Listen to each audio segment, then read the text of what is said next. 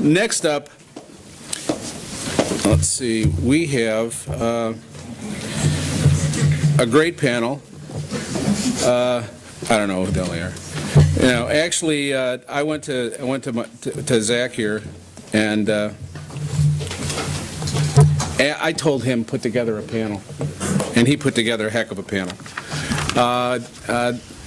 This is a panel on the art of prototyping. I know that all of you who make games prototype as part of your process, but I thought it would be good to get some people who do this on a regular basis and let them talk about it a little bit. So I've got Zach Aikman from 17-Bit, who I've known since you got out of school, I think. Yeah. John Kaczorowski from Strange Loop. He's actually a client. Actually, Sean Glubman, he's your client too. Yeah. I don't know. I didn't do this on purpose. Sam, you're not a client. Technically not yet. Okay, good. All right. So anyway, this is the art of prototyping panel, and take it away, guys. Thank you. Good morning. Thanks for joining us today. I was going to do introductions, but Tom just did them for me, so I guess I'll skip that part. We're actually going to be eschewing the normal panel format, so instead of me moderating and asking questions, all of us are going to give a series of little micro talks about the art of prototyping, or what we think prototyping means.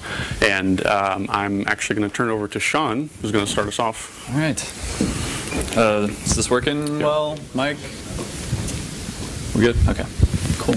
So I wanted to talk about one of the harder things for me in doing prototyping, and that's letting go, specifically of features. So do I have a clicker, or what's over here? Thanks. All right. So a little background about me. I worked at Microsoft with some of you guys here on those 3 games, as well as Connect Star Wars. And then since then, I've worked on some other things at a game called Word Squared at Massively Fun, and these are all indie games that I've made on the other side of the thing here. The creative process.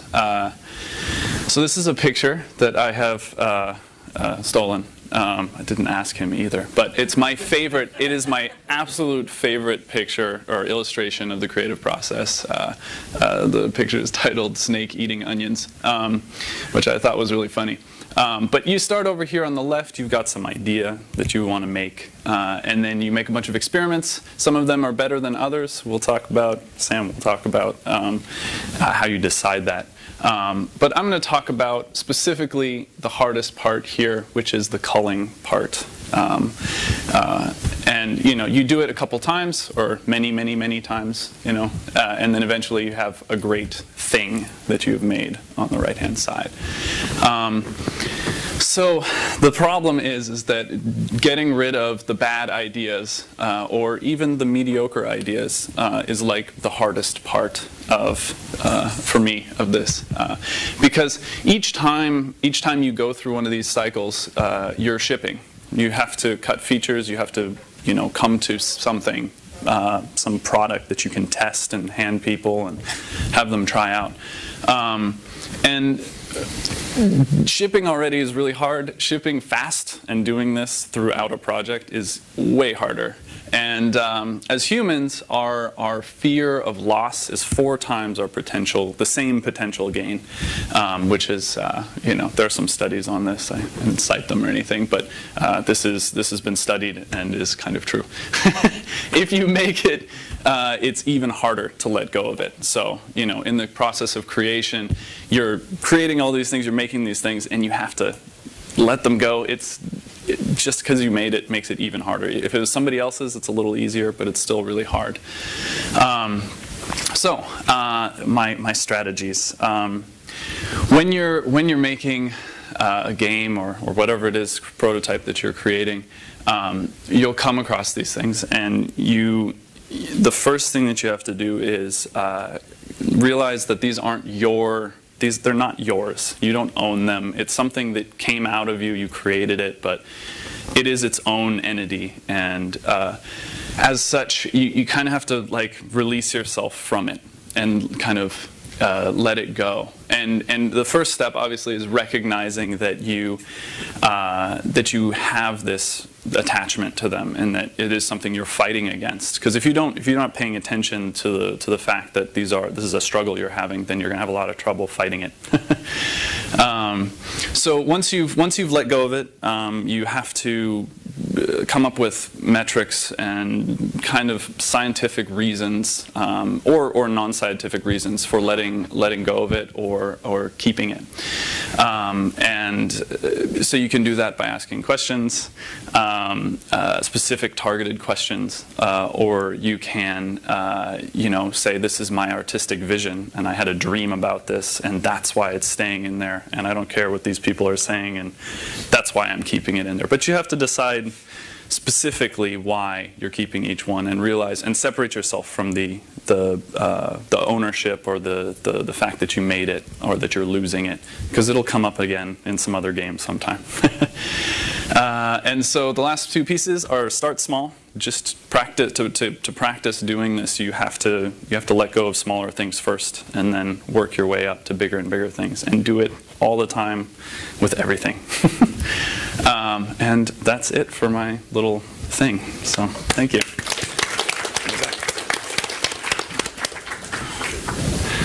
Okay, my turn. Hello again. I'm going to be talking about the cartography of design space. My name is Zach Aikman. I'm a graduate from the DigiPen Institute of Technology in 2008. I made a little game called Synaesthete, and since then I've been hopping around from company to company. I've worked at about 8 different companies in the past 4 years, so have spent a little bit of time in a lot of places. So the first question I want to address is what is design space? What does this mean? There's supposed to be an image there. Oh, there it is. Okay, good. Whew.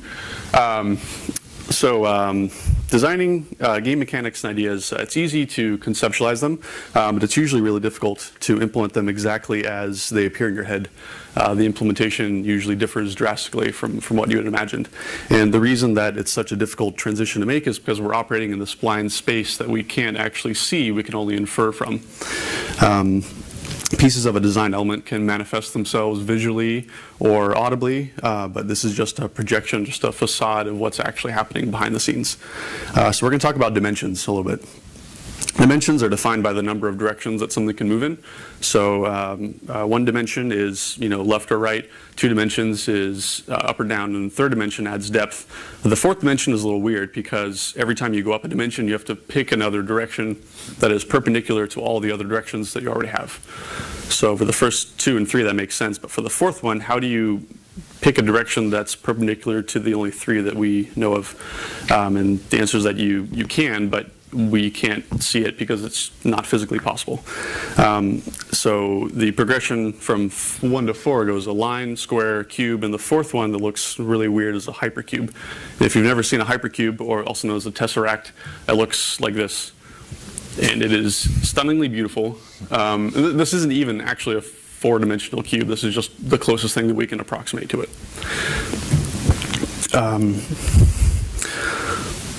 So imagine, if you will, that someone could only see in 2 dimensions. You can't see depth at all. Everything that you know exists on a flat plane. What would happen if a sphere, which is a 3D object, were to appear in that space? What would you see? And the answer is that as that sphere passed through your plane of existence, you would see a circle starting off really, really small and then getting bigger and bigger and bigger, and then shrinking down again as that object passed through. And now imagine that there exists even higher dimensional space. Maybe there's 10 dimensions or 100 dimensions or 1,000. I don't know. It could even be infinite. And we're going to call this design space. It's not physical. It's abstract. But there are things there that we can perceive in 3 dimensions, just small fragments, slices of those objects. So here is what a prototype in tangible space might look like. If you narrow down your prototype, your idea to just 2 or 3 different design vectors, that becomes a prototype, and it's a lot easier to see the directions in which you can move and the ways in which you can change it. And so the shape up here represents a projection of one of those ideas. It's a really contrived example, jumping enemies and shooting. And those aren't even necessarily the right terms for these axes. I don't think that you can properly assign English words to these ideas because they're just sort of abstract concepts. But if you tug on these design vectors, you'll change the shape of this 3D object. This is a pyramid. And what you're playing with, what you're looking for when you're playing around with this shape is you're looking for baubles. Baubles are anything that adds value to your game, whether it's aesthetics or a game mechanic or anything good. They're basically little nuggets of goodness, and that's really the first goal of prototyping. That's what you want to find, are these things that make your game shine. A process is also really similar to panning for gold in the Yukon era, when gold miners would go up and they'd pick a riverbed and they'd spend months or even years sifting through the silt and the dirt and all the crap looking for those flakes and sometimes giant nuggets of gold. And that's really what you're doing with prototyping. So the next part of this is cartography. Now that we have this abstract space, how do we explore it? What does it look like? How do you get from point A to point B? What happens if you get lost? And so my perception of prototyping is that every little prototype you make is a small fragment of a map of this space that you can't see. And eventually you build up an awareness of a space by looking at all these little pieces scattered about, and you can sort of infer where something might be in design space, knowing what you've done in the past. The more fragments you have, the more sense all this makes, and the more you're able to intuit what an idea might look like. And to me, that's design intuition. It's an understanding of, if I pick these vectors in design space, what's the quantity, what's the quality of the baubles that I'll find inside that. Instead of throwing your prototypes away, catalog them. I've collected a number over the years. These screenshots are from a little period I went through when I was really obsessed with processing, which is a Java-based framework. Yeah, thumbs up. I didn't toss these, which is just random ideas that I wanted to see what they look like, and I still have these. I can go back and reference these and inspect them and tear them apart and look at them more closely. And all this just helps build an understanding of design space. Stochastic systems are systems that have predictability, but there's also a lot of randomness to them. And so my process usually isn't to prototype an idea for a full-fledged game. It's to say, okay, I've got this random idea that just popped into my head. What does it look like? So I'm not actively working towards a bigger goal. I just want to sort of explore and see where this idea takes me. Stochastic prototyping can be time-consuming. It's a lot of fun. I treat it more as a hobby than as work, so it's something I tend to do in my spare time. It can also suck a lot because you make a prototype that totally falls on its ass and that it's horrible and you're like, oh, this is a stupid idea. But it's still a learning experience. It's still something that you can catalog and go back and look at later. So this actually paid off for me substantially with a game I'm working on right now called Voronoid. So these first two images up there that are paired are from a prototype I made back in 2005 while I was still at DigiPen. And I took elements from the children's playground game Tag and I merged them with some boosting mechanics. And it led to a really fun and rage-inducing mood amongst friends. And I knew I'd stumbled on something, but I didn't know what to do with it. And so I just sort of let it sit for a long time. And then about 6 months to a year ago, I started playing around with Voronoid diagrams, which it's a way of splitting up space. And all of a sudden, things just clicked, and I took those two ideas, and I put them together, and came out with something totally different. And I never, ever would have thought of that last idea on my own. So it really took that, exploration and picking out little ideas here and there, and then throwing them together and seeing what came out of it. And that is the end of it. So I'm going to turn it over to John.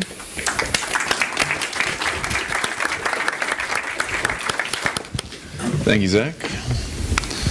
So this is the clicker here. All right, so I'm going to talk about how we use prototyping in our game Vessel. I'm the designer and programmer on an indie puzzle game called Vessel, and we use a lot of liquid physics in the game. And so in our game, we actually use prototyping as a key part of the process of designing it. So our philosophy in designing this game was the idea that creativity is guided discovery. So you're not actually creating something from scratch. You're kind of finding something that already exists. Like the way that Zach put it, I liked. You're finding baubles in this place, and that every block of stone has a statue somewhere inside of it. You're kind of looking around and finding it and guiding your discoveries as you go. So Vessel is a puzzle game, And that means, of course, it's about putting pieces together.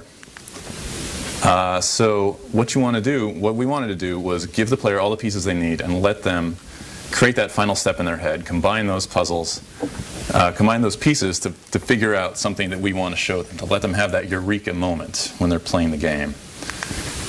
And the way that we did that is making each of our pieces these independent systems. So in the game, there's all these different systems that independently function, but they have these interesting overlaps in them. So we develop and communicate these systems to the player and let them kind of discover the parts where they intersect. So we're really going for that eureka effect, and we got some reviews on the game that I really liked that says that we succeeded in some degree there. That really just letting the player make that final leap is just really powerful. It's a good effect as a player. And designing them is actually kind of similar to the act of playing it in that sense. So some examples from our game. So it's based on a physics system that has rich movement of objects and liquids. So we built this liquid system that interacts with objects and characters in the world. And then separate from that, we had a system with liquid creatures. So this liquid that was already running under a physics simulation could be turned into these little creatures, which continued running the liquid physics simulation on all the particles in their body. So these two systems were able to interact, but each function independently. So additionally to that, we had chemical reactions. So there's different types of liquid you can get. You can mix lava and water to make steam. There's chemicals that will explode if you mix them. And that just kind of happens naturally throughout the world. And there's our lighting system. So there's a variety of different ways that lighting can affect the world. Characters can look at lights and use them to guide their movements. So all of these function on their own, but they're rich systems in that they interact with each other and the environment a lot. And they just kind of remain constant, each in their own step. So you kind of define this space, this design space, where you have each of these different things and you have all the interactions between them and how they overlap and what happens in there. So the act of designing the game is the act of exploring this space, which is very similar to Zach's talk, coincidentally, is looking at, finding what's in here. So as we designed the game, we would use prototyping to actually figure out what we wanted to show the player. We would create these systems, we'd create prototypes, and just kind of explore and see what actually came out of that, what was interesting to us. And just making those discoveries and kind of having those eureka moments ourselves as we're designing it, and then figuring out how to communicate that to the player. So a few examples. So if you look at the object and liquid motion and the liquid creatures and you see the overlap there, what kind of things can you do? We had like you could influence the path of liquid with these creatures. You could change its direction. So all these puzzles kind of came out of that. And so it was nice communicating to the player, okay, the player understands how objects and liquid move. The player understands these liquid creatures. So that's enough that they can make this connection. They can figure out that middle part in there. And that's what's really satisfying for a player and as a designer to find that thing. Another example, liquid creatures and lighting. So we introduced this glowing liquid. And since it's just a regular liquid like anything, it can become part of these creatures, and each of those systems function independently. And in the intersection, you get these creatures that become beacons, and they become lighting in the world. They can light your path. They can serve as guides to other characters and things like that. And you can go more complex. You can combine all these different systems, like object, liquid motion, chemical reactions, liquid creatures, and you can get these kind of set pieces. Like here's a battle where you're fighting liquid creatures made out of lava. You're wielding water as a weapon, and it creates chemical reactions on the creatures that destroys them. So all these kind of different systems interplaying together, and because the player understands each individually, they're able to connect the dots, basically, to have those interesting moments of discovery where you're finding the connections between them. So to create puzzles out of these, like I said, we're prototyping these rich systems. We're making these systems and we're just playing with them. We create them in the game and we just play with it. We make little test levels with no art in them and just see what's interesting and kind of search out these combinations, these things that stand out. These baubles is another term for it. And it was really interesting what we were able to find that way. Like we would create a prototype, we would play with it a little bit, we'd see, okay, this is interesting, let's push this a little bit. Maybe there's some like minute effect or some idea that you get from the prototype that you can just kind of stretch it out and expand it into something rich that interacts with everything. And just finding lots of those And then once you find something that's interesting, you step backward to say, okay, I found something interesting. That discovery, for me, was really cool. How do I give that to the player? How do I give the player the chance to make that same discovery? And that's a case of thinking of what information did I need to have that. You kind of have to be good at analyzing your own thought process, your own path to make that discovery. You think, okay, so there's these individual pieces. For example, maybe you know that water and lava create steam, and you know that this pipe needs to accept steam to open the door, and you can create creatures out of lava and water. So you might need to create two creatures that collide right under the pipe or something like that. There's a lot of kind of cases like that where we just give you the pieces and we let you just kind of struggle with it. And it's really satisfying. I remember being at a PAX convention and we had somebody playing the game. And he's stuck on a level, he's just fiddling around, and he stops. And he put the controller down and he just sat for a minute just staring at it. And then he's like, yes, and he picked it up and he solved the puzzle. And that is just the exact kind of thing we're designing for, is to let the player, they know what's there, they know all the pieces, and they can put it together in their head. All the interesting parts happen in their head as they're combining these things. And then to actually go in the game and make it happen is the culmination of that. So a few more examples. Here's the one I just discussed, where you create this creature out of lava, you blast him with water, and you can create steam that goes into this pipe up here. So in this puzzle, you have to think that, okay, I can bring this lava to life to create this chemical reaction somewhere else. And this came out of prototypes of just having liquid, having lava, having liquid creatures, just throwing around, creating it, and thinking, oh, this is interesting. I can bring this guy to life, bring him over here. I can make liquid do things I couldn't otherwise. I can influence their motion by bringing them to life. And just prototyping that, just playing with it. Another one here is a red and blue liquid. So you see that blue creature there. If he gets touched by the red liquid coming out of that pipe, it creates an explosion. So individually, those liquids are harmless, but when they combine, they create this explosion. So this is an example of where we're teaching the player, where we're giving them the elements. So there's kind of a range of puzzles. First, we'll let them, we'll kind of show them how something works. And then a later puzzle will have them required to use that knowledge. So this one, the blue creature, he's running up to get the blue goo in the pipe up there. But as he goes, he runs through this pipe that's dripping red goo, and it causes him to explode. So you see that. You're forced to see that in order to get past the puzzle. And so you kind of take that on. Even if it's not consciously. You're like, oh, what happened? I don't even know what happened. But then as you're in the next puzzles, you kind of think back oh, okay, there's some combination there. Something happened there. And you just take that effect and you stretch it out the same way as we do as when we're designing. So the act of playing the game is very similar to designing the game. It's having these discoveries. It's all about these discoveries. And that's what I really like about puzzle games, is that you're able to kind of craft these moments that you give to the player. And those same interesting discoveries that I find, I can give to the player by thinking about how I came to those conclusions. So that's a bit about Vessel. Thank you.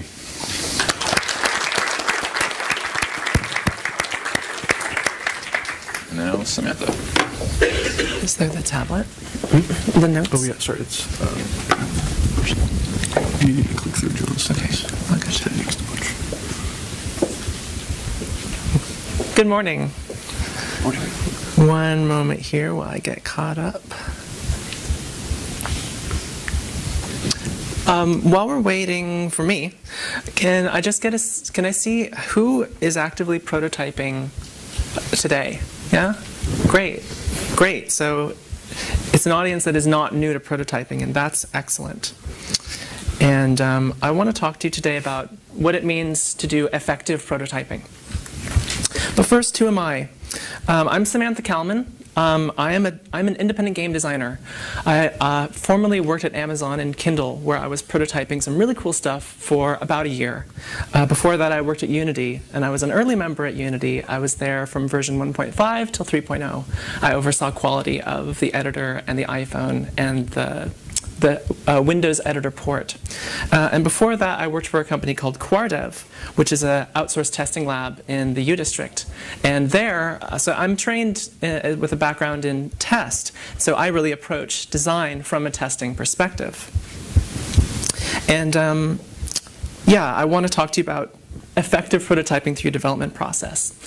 Now, the really great thing about the beginning of a project is it's a lot like playing in a sandbox. You have a lot on the table that you can play with. There's all these ideas, nothing's really defined, you don't have these big systems that you have to integrate into, so it's very playful, and the sky is the limit. But then at some point you have to actually ship your game, which is like a lot of hard work. So that's when it becomes a job again.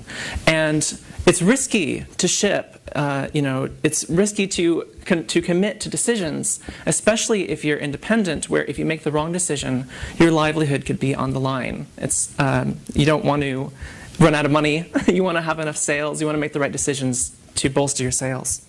So how do we combine the playfulness that we feel at the beginning of a project with the hard work required to ship a project? And I think that prototypes are the answer to this, continually prototyping throughout a project. But to do this, we have to be effective with prototyping. So what does this mean, effective prototyping? Well, first let me ask you, what is a prototype? So here we have two MAME arcade cabinets. One of them is a prototype. Can you guess which one? And really, these things are like functionally the same, right? They have the same hardware, they have the screen, they have the games on there. What's really the difference? Well, to me, the difference is you could sell one, but you couldn't sell the other. And the experience of building the prototype provides information about building the real thing. So effective prototypes are not necessarily shippable, but they facilitate learning for improving and finishing a product. Now, I know this talk is called The Art of Prototyping, but I want to talk a little bit about science here. So what we have up here is what the internet calls design thinking. And when I look at it, I see the scientific method. It's pretty simple. You formulate a hypothesis, you create an experiment, and then you observe the results. So that means that a prototype inherently includes a preceding hypothesis and resulting feedback. And effective prototypes have effective hypotheses and result in effective feedback. So what does this mean to have an effective hypothesis? Well, I like to frame this as prototyping. Hypotheses for prototypes are really about questions. What are the questions that you have on the table about your games, your projects? And you'll commonly have a feeling, right? You want to know, like, how would it feel if we had an anti-gravity system? Or how would it feel if you could spin upside down and fly off into space? And would these things be fun? And to answer those questions, they're little high-level questions. It's really difficult to answer those questions without actually building the whole experience. But that's building the game. That's not prototyping. So to be effective with our hypotheses for prototypes, we want to ask specific focused questions. Something like, how quickly should sprinting deplete the player's stamina meter? This question evokes, it's measurable, so you can imagine what a prototype might look like just by looking at the question. So I want to talk to you about how scope and effective questions has influenced my own prototyping. This is the first version of a prototype called Sen. Sen is a music game that I've been working on for a very long time, actually. And so I had a bunch of questions that I wanted to answer with this prototype. The idea with Sen is it's a compositional music game. So you're trying to solve a puzzle and make a song that sounds different each time you play. So there's some creativity on the player's side. And the questions I had were really about, will this work? And I had to build all these systems to do it. So there's procedural mesh system, and there's color matching puzzles, and there's a really bad input system. And this took me about 4 months to do. Then I iterated. And this is the second version of Sen, which you can play on Kongregate.com. And I had more vague questions based on the learnings from that first prototype. But we're still pretty vague. All right, if I change the puzzle mechanic from a single layer to a multi-layer, then is that better? So I built the multi-layer system. And then, and I had a bug fix on top of the systems that I built. And so this took me 3 months on top of that 4 months for version 1. So total 7 months to build this prototype. And it still wasn't profitable. It didn't make me any money, and it didn't feel like a finished product. It still felt like I had unanswered questions. So fast forward, this is Sen prototype 3. And this prototype was very focused with specific questions. It's how would the puzzle mechanic feel if it were stacking instead of multi-layer stacking mechanic, and can I make the individual sound blocks visually distinctive from each other? So these 2 questions are all I focused on for this prototype. And this took me like 4 days to do. Because I didn't have to, I threw away all my old systems and I just said, this is all I need, and it doesn't have to be fully functional, it just has to answer my questions. And it does answer my questions.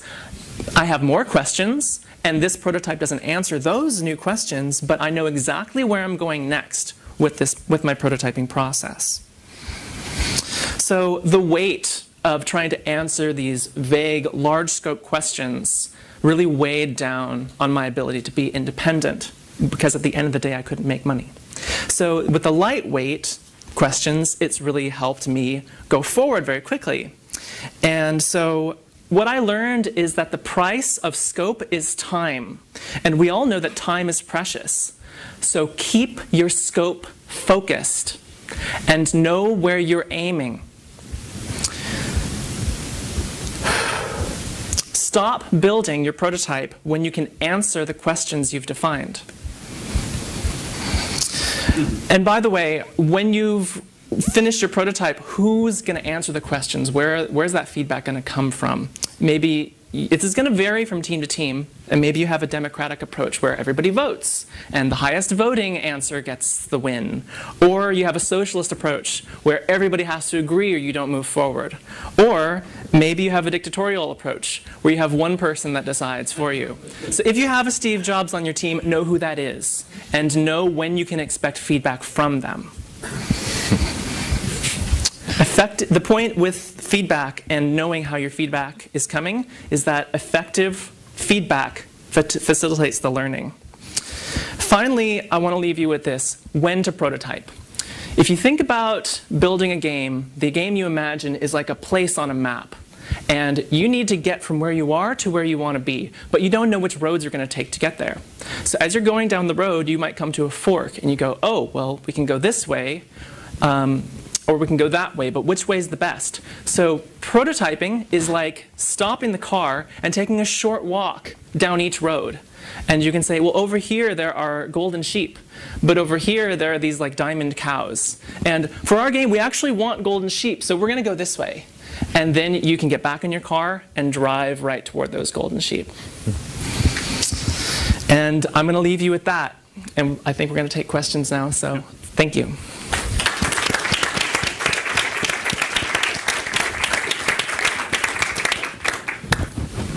Do we have any questions? No? Oh, sorry. Yes. I have a comment on the first speaker, Sean. I love your snake. It's not mine, but thank you. Is he here? Yeah, carry on. The hard part, as you say, is eliminating poor ideas. Yeah. And over the years, I've developed a rule of thumb. If you play your prototype and at the end you can't move your fingers, you've got it. Otherwise, more work. I like it. Is Dan here? Is he? I haven't seen him. Oh, okay. This is kind of a talk about there, both really answered that. There's always this, the indie game development scene trying to make kind of cool labs of fun stuff. Then you got our friend monetization. Have you guys had any kind of experience with how those two forces collide, and have you worked through that problem, or are you still kind of like, I've got this cool thing, so I'm just going to put it all in one big package? It's kind of, after the Amazon talk, you see how you love to blend the two and kind of deliver stuff over time, but I don't know if you've really heard about how you kind of prototype that. Well, I'll say it's really hard work. That's the first thing I'll say. The first game that I made when I started my own company was called Little Weibo, was up there. And it was me attempting to go the other direction, start with monetization, think about the audience and who would play the game and how to make it as low of a barrier to entry as possible. Started with the theme. Well, what is it? It's going to be, I don't know, there'll be a baby character. That sounds great. We'll put that in there. So the game is you're shepherding a baby character from the start of the level to the end of the level, like lemmings. And so you have this team that's kind of carrying them there. So I thought about how could I make this kind of a friendly approach first, and then I thought about, okay, well, how do I make content that works with that, that I can monetize properly? Well, I figured, okay, I'll do unlockable in-game purchases for new levels, and so I kind of took that strategy, but it's hard work, because every time I was making one of those decisions, I was thinking, well, but this is like, I'm not making these decisions because there's a message in there, and it's a very different. It's very hard to blend the two. But it's interesting because you can't prototype like somebody giving you money. It's true. Maybe you could. There's an idea. Well, that could be the game. Yeah, where you receive money for your games. Maybe, but the act of somebody like actually opening their wallet and giving you money, I mean, that's key to monetization, right? And that's really hard to just like play with it. Like you can't play with it like a mechanic, but it's so key.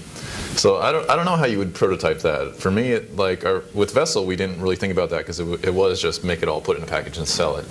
But our next game we're doing, we have virtual currency and things like that. So there's a lot of thought that goes into like, oh, how do players think about this? How do they spend this? But in terms of like actually seeing if people will do it is a lot harder. And so kind of the way we're approaching that is we're doing an early alpha, like a very early alpha, and get people in there right away. And then just keep updating the game like that. So kind of shipping an early version as a way of prototyping the monetization.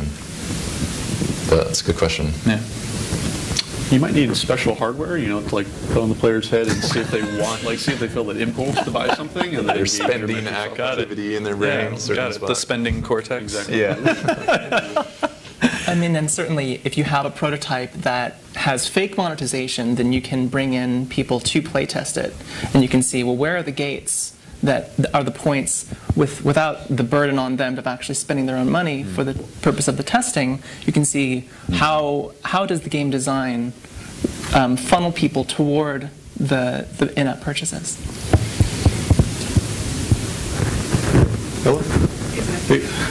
So a question, but also a comment. One way of testing monetization is what I call put the dollar on the table test, where you set money down and you're like, would you rather have that dollar or would you rather have this feature? I like it. My actual question was, so in the game that I'm prototyping and designing right now, I have a specific reaction that I see from players when I feel I have hit that bauble, that moment of delight, which is that they giggle. So I'm wondering what physical reactions you may have seen in successful prototypes. I think that watching people as they use a prototype is really critical. And gauging their reaction is definitely a super powerful litmus test for how engaging is this. And some of the most effective prototypes that I've worked on, I've seen people just light up as soon as they start to use it. And then that's how I've known, like, I'm onto something. Yeah, it's definitely, there's something about watching somebody play that you don't really get from like them typing their feelings later. And for us, making puzzle games, you definitely see that path of like curiosity and then like struggle or frustration and then that like moment where it just like clicks and you can just so read it on their faces. And just like their reactions were like, hey, now I have purpose. Now I'm going to do this. I know what I'm doing.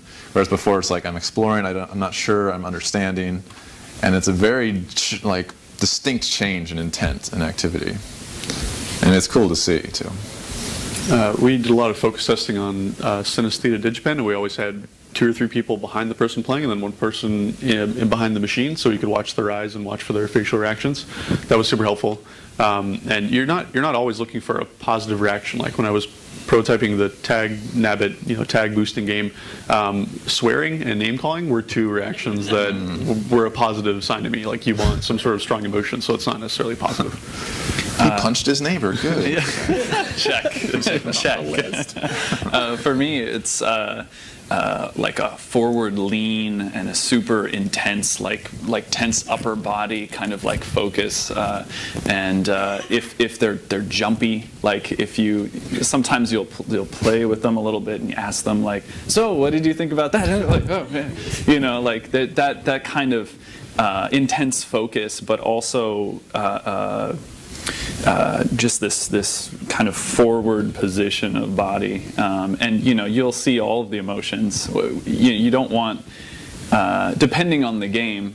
Well, not depending on the game. Usually, you want to see the entire range of emotions, right? Like it's very. If it's emotionally engaging across the board, then you've created something that is really strong and connecting. So, yeah. With some people in the back earlier. When you go to find your first group of playtesters, do you have like a gaggle that you always go to, or do you find yourself looking at different types of people in different groups all the time?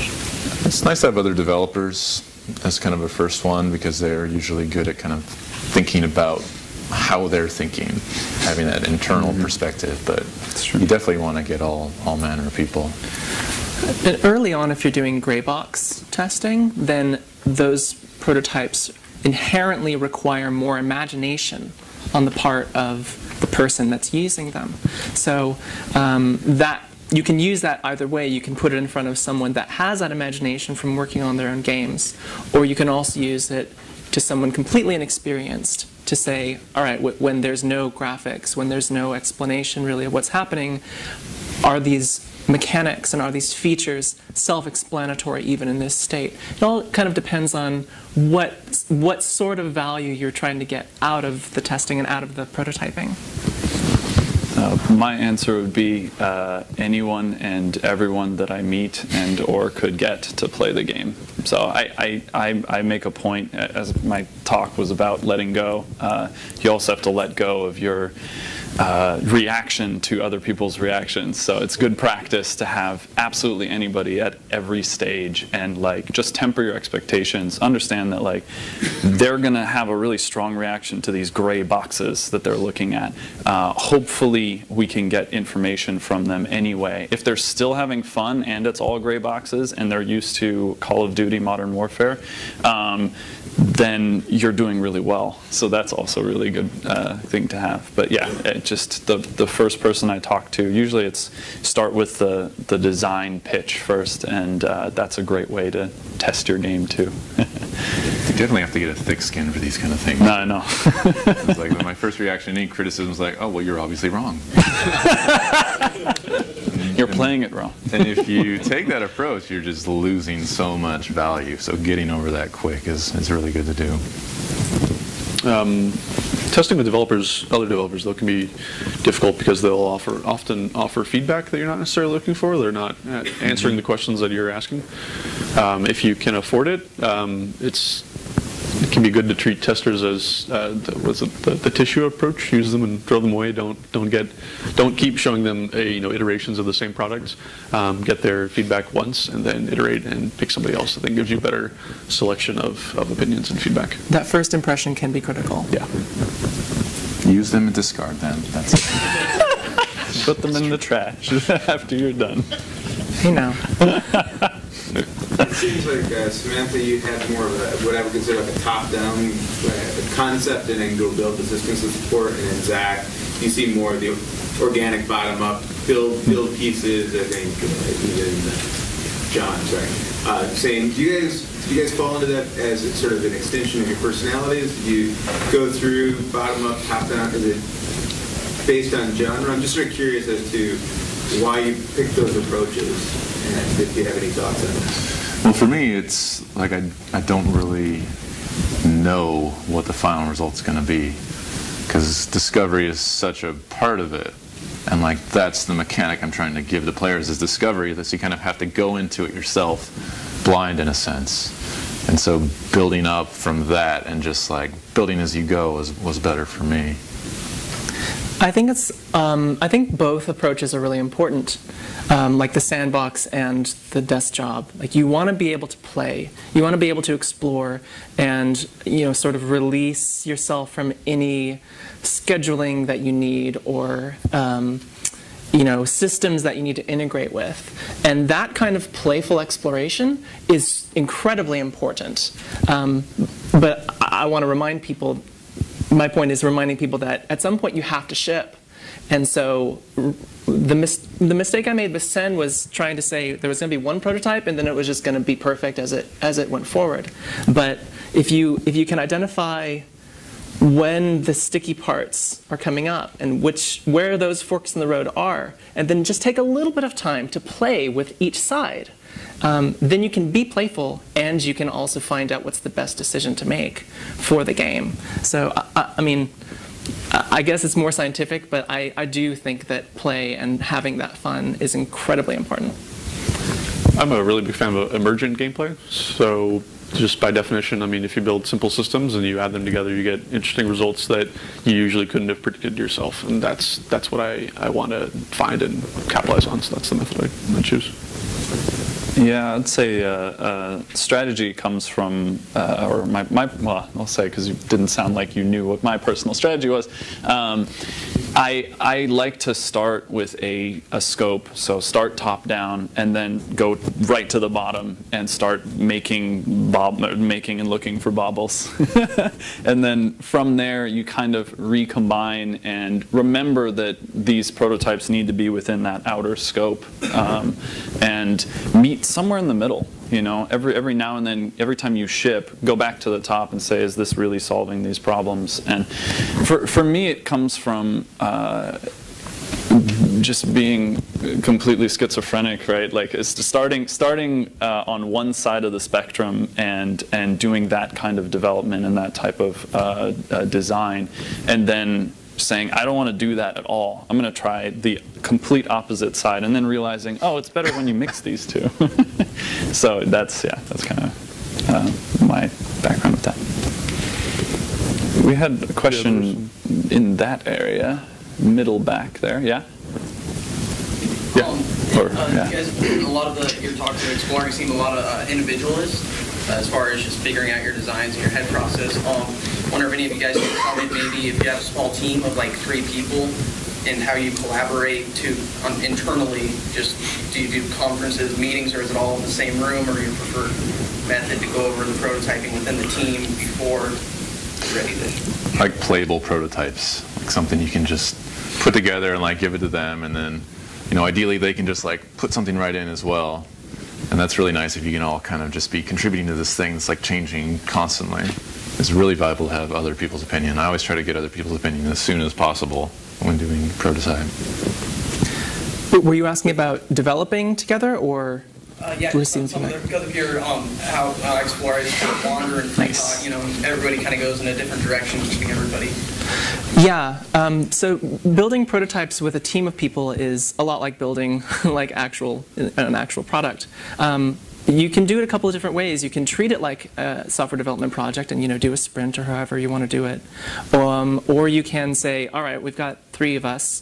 We just want to have one person do this prototype because it's a short exploration, and the other 2 can continue working on other things that are on the table that we don't have as many questions about. The nice thing about games is there's usually so much to do that you can prototype something and then you can focus on other things that aren't as unknown at the moment. I didn't really get into it much in my slides, but one of the points I was going to make about design space is that I think it's sort of subjective. It's not an absolute space. So if you give someone these 3 design vectors and say, explore the space and see what's in there, their results are going to be different from if I were to give the same idea to John.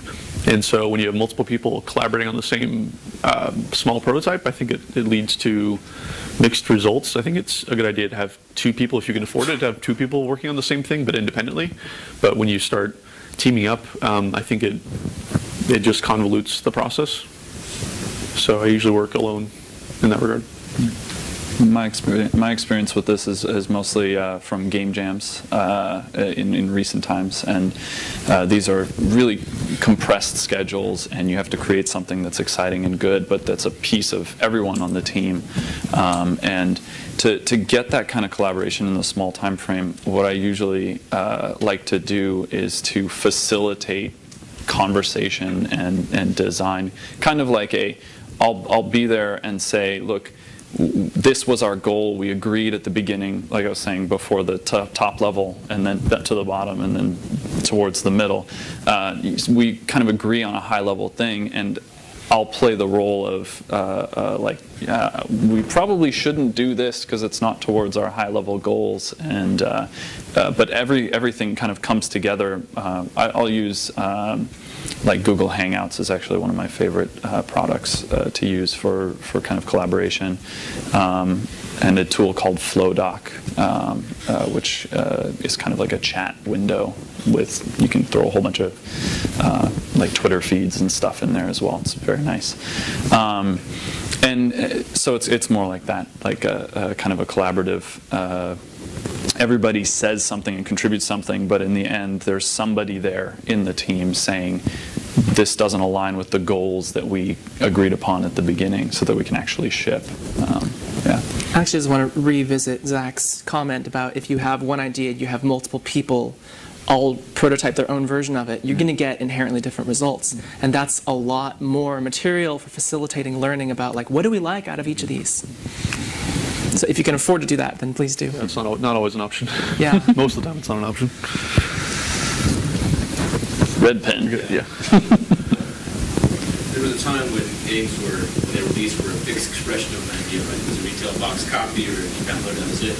Now the games can be updated internally, or games as a service. Do you see the first release as like the world's best prototype?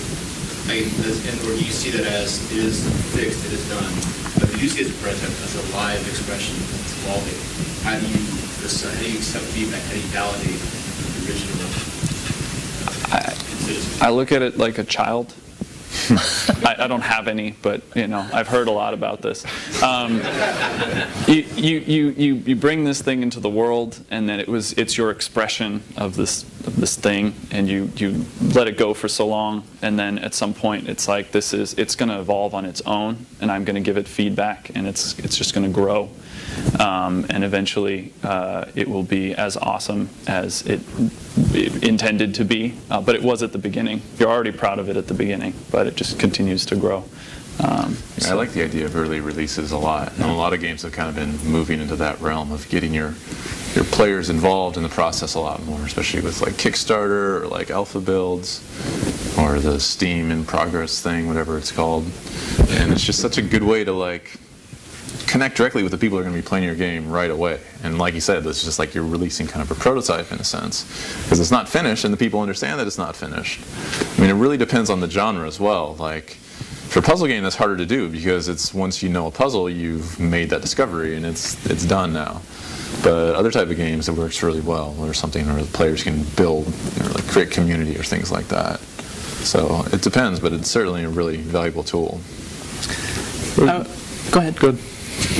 I would encourage you to look at a prototype as something that you're not intending to make money with, that you're intending to learn from.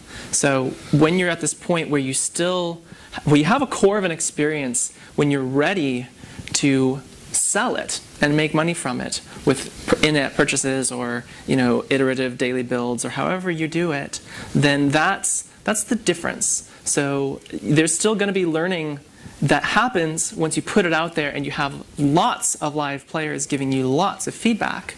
But even then, it's more comfortable for me to differentiate between the two, because then internally you can have a cluster of prototypes that one of them might be fully developed and integrated into the shipped product through an iteration.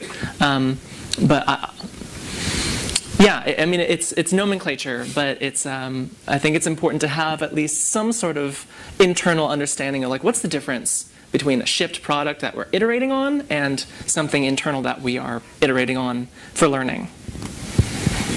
I'm glad she went first because she said what I would have said, but much better. They're very different creations, a prototype is not a shipped product, and I think if you treat them as that, the first impression is really important as well, and even if you update your shipped game, there's no guarantee that people are going to see that if they've already seen it once. So to me, a release is a final thing. Like, you may improve it in an update, but it's not something, I don't treat it the same way as a prototype. I wonder if there's a case, or maybe just certain type of games where you never stop prototyping. Like, there's never a final thing. It's always just kind of evolving. World of Warcraft. Yeah, something like that, or like Minecraft's constantly changing, and that's like a key part of the thing, is the dynamicism of this world in this game. Yeah, certain kind of games, I think that's an interesting thing. And they have a release schedule, Dwarf Fortress. Yeah, but I mean, it's constantly changing. It's a 10-year release schedule. Is it?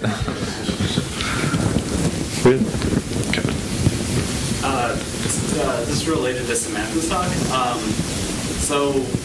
It seems like the most efficient prototype is the smallest possible thing that answers your question.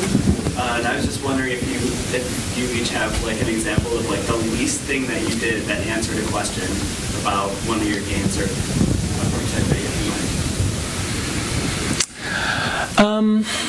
I think that if we look at prototypes as a tool for facilitating learning, you can also, you can use other games to facilitate that learning. So if you're making an endless runner, then you can spend $10 and have a variety of examples to use as fuel for discussions about learning.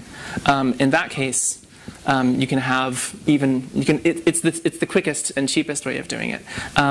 Simply, you can draw a picture, or you can do one mouse click and have a response. Yeah, that's what I'll add. I'm trying to think of specific examples, but I think the least things I do are the dead ends, or things that just, like, they don't really go anywhere. So I kind of forget those. But I've got one. I'll say mine. So I made a prototype for a local play mobile app, similar, like the same realm as Space Team, if you guys are familiar with Space Team. I wanted to explore that world. It was actually, I started exploring this before I played Space Team, and it made me really happy. The prototype wasn't successful, but it was a tilt ball. So imagine the box that has a marble in it, and you're moving it around a maze. Remove the maze, and instead add another player who's sitting right next to you, also tilting the same ball. So just add the two tilts together, and that's where the ball ends up going. And so I made this prototype to kind of explore that. But in the end, all it was circle texture that's in the middle of a black screen with two bars on the top for like a tug of war. Every time you hit the wall, it switches ownership of the ball, and then it tugs towards your side. And when it gets to that side, then you win. And so I think that's the smallest game prototype that I've made. And I handed it to people, and it was not fun enough, and so I let go of it. But that's my example, yeah. I tried to make a rhythmic typing prototype, so I wanted like a typing rhythm game, and my test was to see if people could read, because I wanted all the characters that you would have to type to be words, so I thought that'd make it easier for people to read it and to know in advance what to type.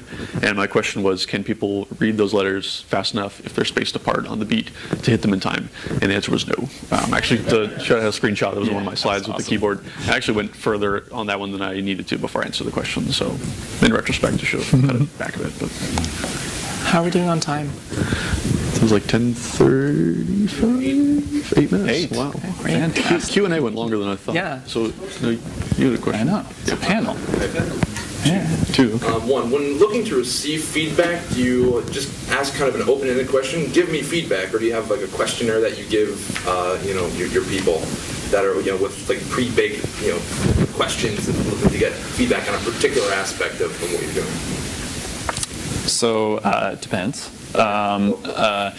First thing is, sometimes you don't even ask for feedback. You watch them play, right? That's a question that came up earlier. And you just gauge, their feedback is in their reaction to the game. And, you know, maybe after the game you ask them how they feel, or, you know, you just kind of watch their reaction and their interaction with the game experience. And then otherwise, if you are trying to answer a specific question, which hopefully you are, you write those specific questions, and there are people with PhDs who usually write these questions. We do our best. But yes, you write the question such that it gets the right kind of answer, yes or no, but very targeted. So yeah, I mean, you can do it in a structured or an unstructured way. If you're structured, then you can have a sheet that you know, a questionnaire that people fill out, and in that sense, you know, if you know the questions that you have, then you can put those in there. From a research perspective, you might want to obfuscate what you actually want to know. So you might want to try to get people to tell you what you want to know without them knowing what they're telling you, because then if you're introducing bias into what, you know, then, oh, well, if this is what they want, then this is what I think they want to hear. You want to avoid that sometimes. You can also do scores. Like, you know, on a scale of 1 to 7, how fun did you think this was? Or what did you think of this, like, fireball move that this guy did? Like, you know, you can just, and then you can, then that's nice because you can gather data on that. And data is great stuff to have. If you do it unstructured, then you can certainly go in there and just, if you do it unstructured and you put, I would encourage anyone that's doing unstructured testing of prototypes or in development builds, the creator needs to be in there. So the person who knows what they're looking for needs to be in the room testing. And they need to not say anything. Because if the person playing has questions, they're like, I don't get this. If you tell them, then you've just like completely ruined the value of the session you have. Just pull that switch. Exactly, exactly. It's right there. So, I mean, and if there's a switch that's supposed to be pulled and the person playing can't figure it out, then it's like you want to scream it at them, and that's so hard to fight that urge. But you need to not scream the answer, because then, you know, that can influence the session, and you want to watch what they do after they can't figure it out, because all this information helps you learn about the problem domain. And when you understand the problem domain, then you can say, like, this is the problem. Now, as designers, how do we want to try to solve this problem? If you have that break, then that's when you get into situations where you have, you know, a separate group running studies coming back and saying the color blue is the best for this, like, doorway because this is what tested the highest. You're like, well, this is a game about the stars. Like, we don't care about the color of the room. So, yeah, structured or unstructured, there's very different approaches. I like to have the ability to just talk to them while they're playing the game and kind of just probe a little bit, like, oh, what are you trying to do? Or what does that do? And just kind of getting their ideas on it. But I do find that there's the Heisenberg effect. Like, the act of watching, I mean, they're very conscious that you're watching. They're like, oh, I'm going to look like an idiot if I don't get this. You know, they're a little stressed about it. Some people, like, refuse. They're like, you play. It's like, I don't want you watching me while I play. So there is a certain kind of feedback or information you can get by watching somebody who doesn't know you're watching them, which is kind of like stalkerish. But it's useful at, like, conferences, just watching somebody, like, sits down to play their game, and you're just, like, watching from afar, and you see, like, that can be a very different playthrough than somebody when you're standing right next to them. So that's useful as well.